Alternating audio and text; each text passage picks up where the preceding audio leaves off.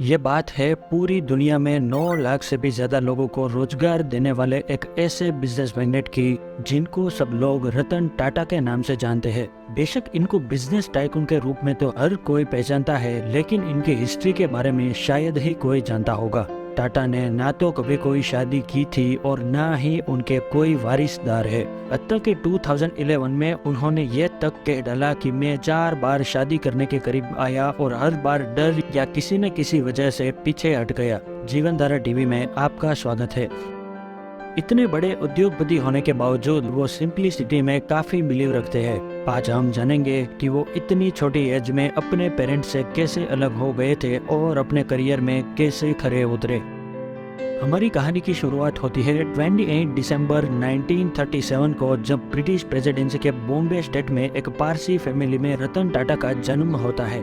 याद रहे, रतन टाटा का जन्म सूरत में नहीं बल्कि बॉम्बे में हुआ था। आए दिन आपको इंटरनेट पर हर जगह रतन टाटा का बॉर्न प्लेस सूरत दिखाया जाता है, लेकिन ये बात सच नहीं है। असल में उनके पिताजी नवल टाटा का जन्म सूरत में हुआ था, जिनको बाद में टाटा फैमिली ने एडॉप्ट किया था।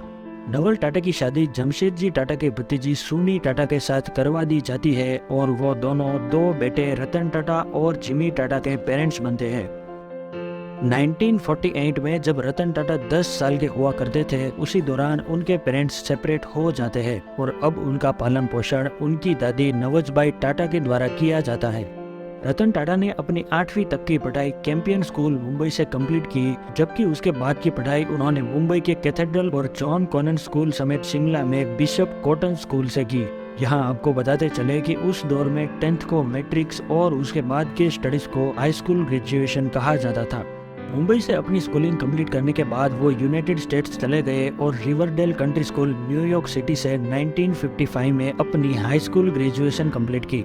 हाई स्कूल ग्रेजुएशन कंप्लीट होने के बाद टाटा ने कॉर्नेल यूनिवर्सिटी में आर्किटेक्चरल स्टडीज के लिए अपना एडमिशन करवाया और 1959 में फाइनली उन्होंने अपनी ग्रेजुएशन की पढ़ाई कंप्लीट कर डाली। ग्रेजुएशन कंप्लीट होने के बाद उन्होंने लॉस एंजलिस कैलिफोर्निया में जॉन्स एंड एमॉन्स में काम करना शुरू कर दिया, लेकिन इधर उनके दादी की तबीयत ठीक ना रहने की वजह से 1961 में वो वापस इंडिया लौट आए। इंडिया वापस लौटने के बाद उन्होंने जमशेदपुर में टाटा ग्रुप को ज्वाइन किया।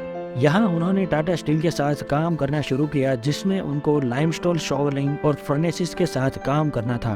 कई सालों की मेहनत और एक्सपीरियंस के बाद 1970s में उन्हें मैनेजमेंट के लिए प्रमोट किया गया। उन्हें नेल्को के डायरेक्टर बना दिया गया और सारा कार्यभार उनके हाथों थमा दिया गया। कंपनी के ऑपरेशंस को हैंडल करने में तो वो सफल रहे, लेकिन इकोनॉमिक क्राइसिस की वजह से कंपनी को काफी लॉस हुआ। लिहाजा 1977 में उन्हें मुंबई स्थित एक और कंपनी एम्प्रेस मिल्स का काम सौंप दिया गया, लेकिन कंपनी में इन्वेस्टमेंट प्रॉब्लम्स और मुंबई के टेक्सटाइल वर्कर्स की हड़ताल की वजह से 1986 में ये कंपनी भी बुरी तरीके से फेल हो गई। साल 1991 में टाटा सन्स के लेजेंडरी चेयरमैन JRD टाटा अपनी पोस्ट से स्टेप डाउन करते हैं और उसके बाद रतन टाटा को उनके सक्सेसर के रूप में सारा कार्यभार थमा दिया जाता है। जैसे ही उनको ये पोस्ट थमाई गई, उन्होंने जंप कर काम करना शुरू कर दिया। सबसे पहले उन्होंने टाटा ग्रुप को सीमेंट, टेक्सटाइल्स और कॉस्मेटिक्स जैसे टाइपिकल बिजनेसेस से बाहर निकाला और नेक्स्ट जनरेशन बिजनेसेस जैसे सॉफ्टवेयर, टेलीकम्युनिकेशंस और फाइनेंस समेत रिटेल सेक्टर में अपना पांव रखा। यूं रतन टाटा एक बार फिर से टाटा ग्रुप की पहचान को इस्टेब्लिश करने के राह पर निकल चुके थे। टाटा की सबसे बड़ी अचीवमेंट्स में इंडियन ऑटोमोबाइल इंडस्ट्री ने अहम भूमिका निभाई थी। जब बात आती है टाटा मोटर्स की, तो सबके मन में टाटा नैनो का ख्याल आता है, लेकिन इनकी पहली कार टाटा इंडिका थी, जिसने इंडियन कार सेक्टर में एक रिवॉल्यूशन ला खड़ी की। टाटा ने एक ऐसा व्हीकल प्रॉमिस किया जिसमें मारुति जैन का डायमेंशंस, एम्बेसडर के साइज की केबिन और मारुति 800 के जितनी फ्यूल एफिशिएंसी हो। आखिरकार दिसंबर 1998 में उन्होंने एक कार लॉन्च की जिसने टाटा ग्रुप को सीरियस कार मेकर इंडस्ट्री में बदल दिया। टाटा नैनो रतन टाटा का डियरेस्ट कार प्रोजेक्ट था। उन्होंने एवरेज इंडियन कंज्यूमर के लिए एक खास प्राइस पॉइंट पर एक कार बनाने का फैसला किया। परिवारों की सुरक्षा के लिए उनकी चिंता ने उन्हें एक ऐसी कार बनाने का वादा किया जिसकी कीमत केवल 1 लाख रुपये होनी थी। टाटा ने इसकी कीमत और रखरखाव की लागत को कम करने के लिए भरपूर कोशिश की। ये सुझाव भी उन्होंने ही दिया था कि कार में केवल एक विंड स्क्रीन वाइपर लगाया जाना चाहिए। लॉन्च के समय इन सब प्रयासों के बावजूद कार की कीमत अभी भी ज्यादा हो रही थी, लेकिन क्योंकि उन्होंने वादा भी किया था, इसीलिए उन्होंने आगे बढ़कर अपना वादा पूरा भी किया। आज Tata group fiat, spa, Alcoa, Mitsubishi और द अमेरिकन इंटरनेशनल ग्रुप समेत रोल्स रॉयस का एक्टिव बोर्ड मेंबर है। इसके अलावा इंटरनेशनल लेवल पे टाटा ग्रुप ने 2000 में लंदन स्थित तितली टी को, 2004 में साउथ कोरिया की देव मोटर्स के ट्रक मैन्युफैक्चरिंग ऑपरेशंस को और इंडियन होटल्स कंपनी लिमिटेड ने न्यूयॉर्क में द पियरे का मैनेजमेंट अपने हाथों कर लिया।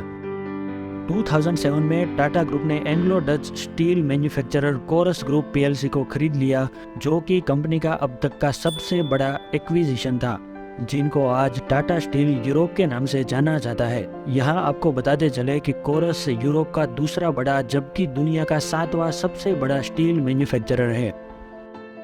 साल 2000 में इंडियन गवर्नमेंट ने रतन टाटा को पद्म भूषण से सम्मानित किया था, जो कि इंडिया का तीसरा सबसे बड़ा सिविलियन अवार्ड है, जबकि 2008 में पद्म विभूषण से सम्मानित किया गया था, जो कि इंडिया का दूसरा सबसे बड़ा सिविलियन अवार्ड है। 2011 में एक इंटरव्यू के दौरान रतन टाटा ने मीडिया को बताया कि मैं 4 बार शादी के करीब आया और हर बार डर या किसी न किसी और वजह से पीछे हट गया। 21 सालों के दौरान उन्होंने टाटा ग्रुप को लीड किया, जिसमें ग्रुप की रेवेन्यू में 40 गुना से ज़्यादा जबकि प्रॉफिट्स में 50 गुना से ज़्यादा इंक्रीज देखा गया। रतन टाटा ने 28 दिसंबर 2012 को 75 साल के होने पर टाटा ग्रुप में अपनी एग्जीक्यूटिव पावर से रिजाइन कर दिया और उनकी सारी बागडोर पल्लौजी मिस्त्री के बेटे साइरस मिस्त्री को थमा दी गई, जो कि यह कंपनी के सबसे बड़े शेयर होल्डर थे। उम्मीद करते हैं आप लोग ये वीडियो भी भरपूर लाइक और शेयर करेंगे। दोबारा मुलाकात होगी अगली शानदार वीडियो में।